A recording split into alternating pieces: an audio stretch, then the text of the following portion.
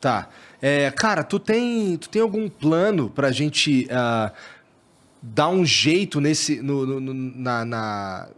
na distribuição de alimentos, de coisas em geral no Brasil, que hoje é feito majoritariamente por rodovias, cara? Porque assim, isso parece ser algo escrotíssimo, né? A gente poderia estar usando malha ferroviária pra tudo isso aí. Eu entendo que tem um investimento alto, caralho, não sei o quê, mas de algum lugar precisa começar. Sim.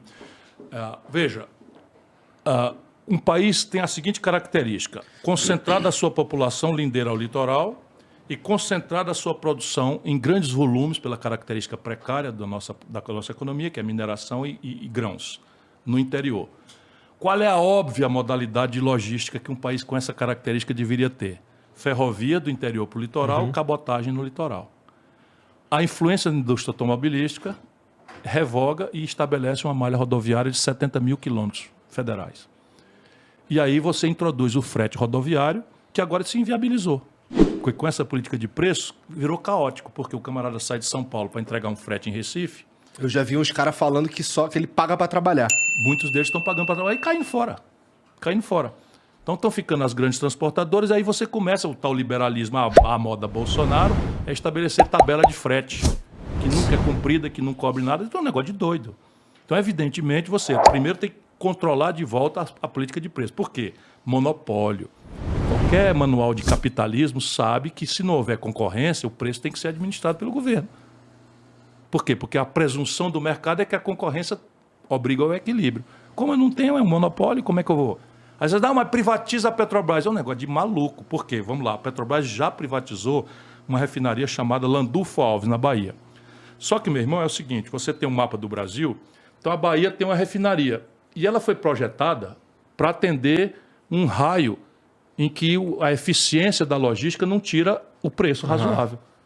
Portanto, é uma espécie de monopólio local, como era tudo da Petrobras. Aí eles pegam e privatizam. O resultado, o diesel da Bahia é o mais caro. Atenção, privatistas da Petrobras. Veja onde é o diesel mais caro hoje. É da Landulfo Alves.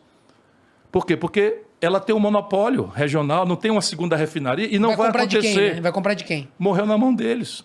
Em vez de ser um monopólio estatal, em que o excedente você regula ou apropria para o Estado, via tributo, etc., ou dividendos, mas você não. Você entrega para o privado mete lucro e dividendo, não paga nem um centavo de imposto. É que o argumento do cara que quer que privatize a Petrobras é que ele quer que a Petrobras pare de produzir escândalos como a Lava Jato. Sim, mas aí que tá. Ele até acredita. Assim, quando a gente vê uma vaca contaminada de carrapato, qual é a solução? Mata a vaca. Tô brincando. É o que está se fazendo no Brasil.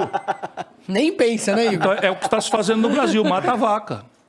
Então, no mundo do petróleo, de novo, não tem brincadeira. 80% são estatais, parte central delas, uma OPEP, porque ou é ela, a OPEP, ou os aliados, tipo Rússia, e fim de papo. Então, não tem concorrência. Para mim é muito saudável que a gente tenha uma empresa... Vamos lá, já que a gente está falando de empresas estatais, uma empresa estatal que dá lucro... Porra, é muito foda, porque assim... A maioria delas dá lucro monstruoso. E esse lucro... A Eletrobras dá um lucro monstruoso, a BR Distribuidora dá um lucro monstruoso. Daí a gente pega essa grana e reinveste. Porra, isso é maravilhoso, parece ser sustentável. Claro, né? Claro, mas o que estão fazendo? Estão privatizando, entregando esse lucro monstruoso para monopólio privado. Aí é foda. O Wagner... E veja, para ninguém me confundir, alguns setores você tem que privatizar mesmo. Por exemplo, eu fui a favor da privatização da Telebrás. Você não tem ideia, no passado, linha de telefone, você declarava imposto de renda. De tão caro, né? Percebe? Não, você ficava na fila para comprar. Então, e é um setor de fácil regulação e tal. Não está funcionando, porque a ideia de empresas espelho para estabelecer um ambiente concorrencial não existe. Então, virou um oligopólio e o brasileiro está pagando a maior tarifa. Então, o problema é regulatório, mas privatizar não foi errado. A Embraer, quem privatizou fui eu. Estava fechando. Ih, caralho, aí, neoliberalzinho. Privatizador. Tá não, tô brincando. Assim, ela estava fechando. Foi o Itamar. Eu já cheguei, ele estava andando e eu fui a favor. O que é que eu fiz? Um estatuto nela, que está proibido internacionalizar, está proibido um controlador majoritário sozinho, e o governo tem o que a gente chama Golden Share, que é uma ação só que essa ação dá poder de veto e de condução estratégica. O grande setor de defesa, que é o que interessa pela compra governamental, preservado e tal. Quando eles resolveram fraudar isso e entregar para a Boeing, eu fui subir as paredes aqui, fui lá, confusão, entrei na justiça, entrei no CAD, mandei carta para a Boeing ameaçando desfazer o negócio, se for coisa... Não sei quanto eficácia tem, eu sei que desfizemos o negócio. Né? E está aí, uma empresa privada, estratégica, maravilhosa. Portanto, eu não tenho um problema ideológico. Minha questão é o projeto de país. E no mundo de eletricidade de base hidráulica, você não entrega ao capital, muito menos estrangeiro, que é o regime de água. Está aí o Bolsonaro correndo para entregar a coisa. Daqui a pouco vem um estatal chinesa e nós vamos discutir se a água do São Francisco vai para abastecer Fortaleza e Campina Grande ou se vai gerar quilowatt-hora lá em Xangai. Isso é um negócio de maluco. E, de novo, só queria destacar que a política de preço da Petrobras já foi muito recentemente diferente e que no resto do mundo esses monopólios são usados pelos estados. Então não é como se a gente estivesse inventando a roda ou nem fazendo algo que nunca foi feito e tentado. É uma coisa Eu só consigo defender esse ponto se a gente não fosse autossuficiente. Mas nós somos autossuficientes, Então, mas temos sendo, excedente. eu não consigo defender. Né? Não. O contrário, você está querendo dizer, né? Você não consegue defender que não se opere os preços pensando nos interesses nacionais e sim num acionista que... Mas veja bem, por que os governos de esquerda fizeram questão de abrir mão... Porque, pelo que eu entendo, porque o acionista ainda é no controlador, Brasil é né? goela, pra goela. O Lula não tem nada de esquerda.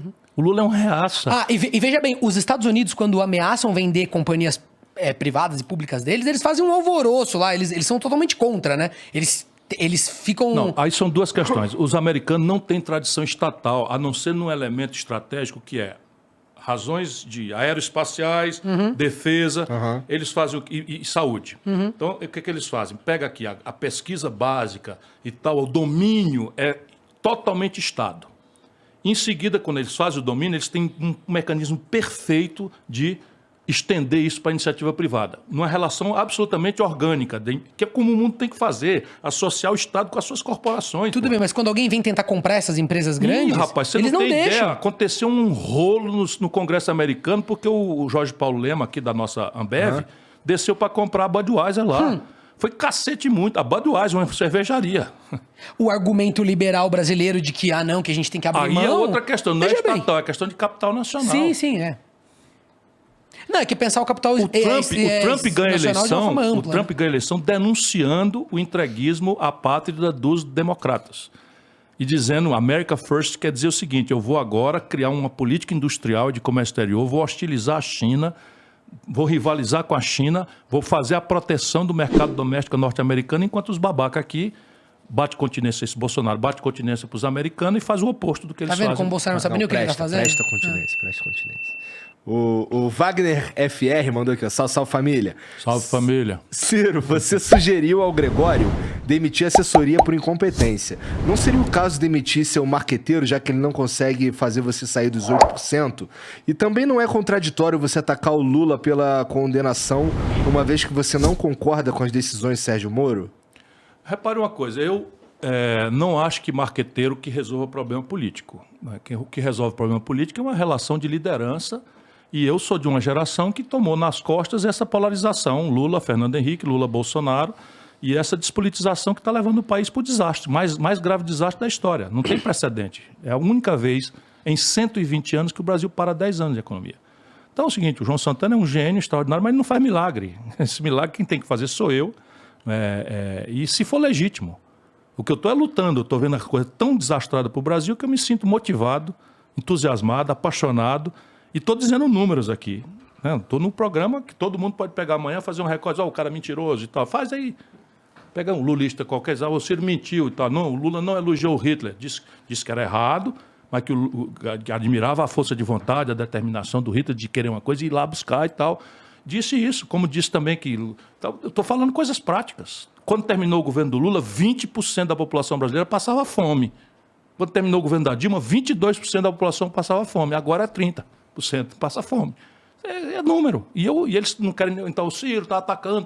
Não, eu estou falando coisas aqui que são elementares da minha razão de estar nessa luta desigual. Por quê? Porque eu confio que o povo brasileiro vai resolver o problema. E eu não vou desertar dessa luta. Porque banco gosta de pagar pesquisa e as pesquisas não me são favoráveis. Aconteceu na Colômbia agora, o cara tinha 10% em maio, chegou no segundo turno e agora é favorito. Eu fui para a eleição em Fortaleza agora, no ano passado, com 21 pontos de maioria, no Datafolha 18, ganhamos por 3,5. Aconteceu com o Bolsonaro na eleição de 2018. Gente. O Witzel tinha... O Witzel foi assustador. O Witzel tinha 2% na véspera da eleição e ganhou a eleição. O Zeman, né? Por quê? Porque pesquisa é retrato e a vida é filme. Vai ter um debate. Se não tiver debate, vai ter react. As pessoas não estão pensando falando aqui, eu vou mandar aí. na televisão com documento mostrando tudo e tal. E o povo decida com a bênção de Deus e acabou. Qual é a outra questão? Ixi. Acho que era só isso mesmo, na verdade. Não, era outra. Porque tinha a ver com... Calma aí. Que é humilhação. Não, porque o cara tá... Então o que eu devia fazer? Porque a pesquisa não me sorria, eu devia desistir, é isso? Nem Não, a pau, ele fala Juvenal. do- Vocês vão ter que me engolir, não, Zagal? Eu vou lembrar o que era. Você achou aí? Ciro, você sugeriu ao Gregório demitir a assessoria por incompetência, não seria o caso de demitir seu marqueteiro, blá blá blá. Também não é contraditório você atacar o Lula pela condenação, uma vez que você não concorda com as decisões de Sérgio Moro? Veja, eu sempre tive uma posição muito clara, na data, não é agora. O que eu disse na data? Que a Lava Jato era muito importante. E eu vou dizer por que eu era muito importante. Porque eu fui processado, porque denunciei esses ladrões todos que a Lava Jato alcançou. Sabe o Michel Temer que foi preso na Lava Jato? Eu denunciei o Michel Temer. O Michel Temer foi preso? Foi preso. Depois Depois rapidinho. saiu, assim. rapidamente, Ou anularam. foi só um peidinho? Foi só o peidinho. Mas Lembra foi. daqueles áudios que... O Eduardo Foi um Cunha, absurdo. eu fui para a tribuna da Câmara e disse, você é um ladrão. Porque eu sei que ele é ladrão. E aí ele foi condenado pela Lava Jato. Então, se tinha um cara interessado, sabe, que finalmente esses caras... O Eunício Oliveira A denunciei. cara do Eduardo Cunha ouvir isso daí, dá um sorrisinho assim. Sorrisinho, na E hora. foda-se. Na hora. É isso aí. Mas me processou também. E eu fui lá, aguentei firme, disse na frente da juíza, ele é ladrão, doutor, eu posso provar para a senhora. Porra, e eu não estou fazendo isso para me defender? O que é que eu ganho com isso? Eu estou lutando pelo Brasil. Percebe? Essa é a merda. Eu pago meu advogado, eu que vou viajar, eu que sofro todos esses constrangimentos. O Eunício Oliveira meteu 60 processos em mim. Porra. Sabe Imagina a quanto? dor de cabeça. R$1 bilhão foi o contrato sem licitação que o Lula deu para esse cara. O nome da empresa, Manchester. Petrobras, a contratante. Está aqui tudinho. Aí processo, eu ganho todos. Mas assim, vou lá. A ideia de 70 processos é para eu perder um prazo, para eu ser condenado, como aconteceu aqui em São Paulo. Eu denunciando, sabe, esculhambação. Em defesa do povo brasileiro, o que eu ganho com isso? Senão aborrecimento. Só ganho aborrecimento. Porque eu digo isso e tal, fico de bocão, e está aí o país sendo assaltado. Esse Gedel, por exemplo, 51 milhões de reais. Denunciei também. Sérgio Machado da Transpetro, Renan Calheiros, todo mundo denunciei. Então a Lava Jato para mim era muito importante. Mas começou o quê? O Sérgio Moro a trocar os pés pelas mãos. Se exibir. Eu sou professor de Direito. O que eu comecei a dizer? Olha, o Sérgio Moro está semeando nulidades. Entra no Google. Pega minhas declarações em 2014, 2015, eu dizendo o Sérgio Moro está produzindo nulidades. Juiz bom é juiz calado, juiz severo, juiz que apura os autos. Do jeito que ele está fazendo, ele está pressionando. Não é porque eu sou profeta, é porque eu conheço o Brasil. Já tinha acontecido, eu repetia, já aconteceu a Operação Satyagraha, que deu em nada. Aconteceu, tinha um juiz valentão, tinha um procurador valentão, tinha um delegado de Polícia Federal valentão, e anularam tudo. Depois teve a Operação Castelo de Areia, a mesma coisa, um procurador valentão e tal. O Sérgio Moro está só semeando nulidade. E o que aconteceu? O Sérgio Moro semeou nulidades e garantiu a impunidade da maior quadra de corrupção da história do Brasil. Simples assim. Então, qual é a contradição? Estou falando do que eu sempre falei. O Mr. Raposo diz Aqui, quem garantiu a impunidade do Lula foi o Sérgio Moro. Assim, o A jeito pretexto de ser severo, o próprio do Padilha vai ser meu entrevistado agora, um puta de um artista genial e tal. Agora toda a mídia dizendo, olha aí, o herói, gravatinha borboleta, homenagem da Globo toda hora, é o homem que agora vai ser, acabou com a impunidade dos grandes, não sei o que e tal. Eu digo, oh meu Deus, tanta ilusão, o céu não é perto. E quantas vezes eu dei entrevista falando isso. Mas, rapaz, é uma coleção. Hoje essa internet é um céu. Antes, rapaz, eu não tinha chance de falar. Essa internet é a melhor coisa que o planeta Terra já inventou. Porque sumiam comigo. Agora não, eu estou aqui, falo e tá falado. E tem gente pra caralho vendo. Ou se tem. Amanhã é o Padilha, hein? Tô ansioso. Amanhã é o Vai ser legal. Padilha. Uhum. Puta de um artista, extraordinário artista. Agora, ele, como todos nós brasileiros, queríamos acreditar que tínhamos um herói. E, porra, e eu sabia que aquilo ali era um ambicioso, que acaba condenando um político, vai bater no ministério do outro político, depois sai do político, vai trabalhar para a empresa que está administrando a massa falida das empreiteiras que ele fez. Tenha paciência. Tenha paciência. De novo, tenha paciência. Eu gosto do... o Mr. Raposo Espera diz um aqui. pouquinho, né? Hã? Eu digo também, espera um pouquinho. Eu gosto também do... Repare bem. Repare bem. Repare bem, é clássico. clássico.